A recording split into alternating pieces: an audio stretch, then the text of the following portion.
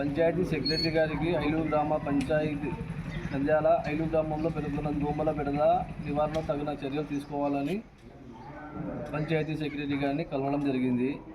మా ఐలూరు గ్రామంలో ఇటీవల దోమల సమస్య అధికం అవుతుంది. కాలువలు, మురుగునీరు, చెత్తకలు పేరుకుపోవడం వలన దోమలు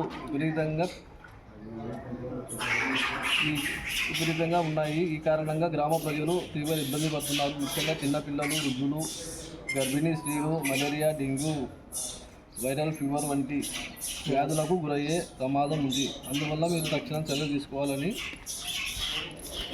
ఐలూరు గ్రామ పంచాయతీ సెక్రటరీ గారిని కోరడమైనది. గ్రామంలో ఫాగింగ్ కార్యక్రమం చేపట్టాలి. మురుగు కాలువలు, చెత్త నిల్వలను శుభ్రం చేయాలి. దోమల నివారణకు మందులు పిచికారీ చేయించాలి. గ్రామ ప్రజల్లో ఆరోగ్య అవగాహన కార్యక్రమం నిర్వహించాలి. ఈ సమస్యపై వెంటనే చర్యలు తీసుకుంటామని పంచాయతీ సెక్రటరీ గారు మరియు గ్రామ సర్పంచ్ గారు హామీ ఇవ్వడం జరిగింది. 10 రోజులకు ఒకసారి దీని మందులు తెచ్చి మేము ప్రతి వీధికి పిచికారీ చేస్తామని హామీ ఇవ్వడం జరిగింది.